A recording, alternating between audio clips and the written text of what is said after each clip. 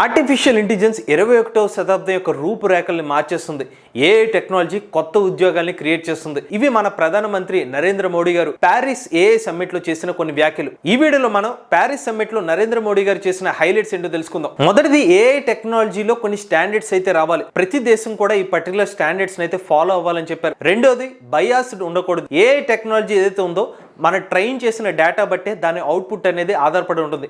So bias కి తావు లేకుండా ఏఐ డేటాని ట్రైనింగ్ చేయాలని చెప్పారు. AI technology economy, security, coding, దాంతో పాటుగా మన సమాజంలో భారీ మార్పులు తీసుకొస్తుందని ఆయన చెప్పారు. నాలుగోది, కాలానికి తగ్గట్టుగా కొత్త టెక్నాలజీ వస్తుంది. కొత్త టెక్నాలజీ వచ్చినప్పుడు కొన్ని జాబ్స్ మీద ఇంపాక్ట్ పడవచ్చు, కానీ దానివల్ల మరికొన్ని కొత్త ఉద్యోగాలు కూడా వస్తాయి.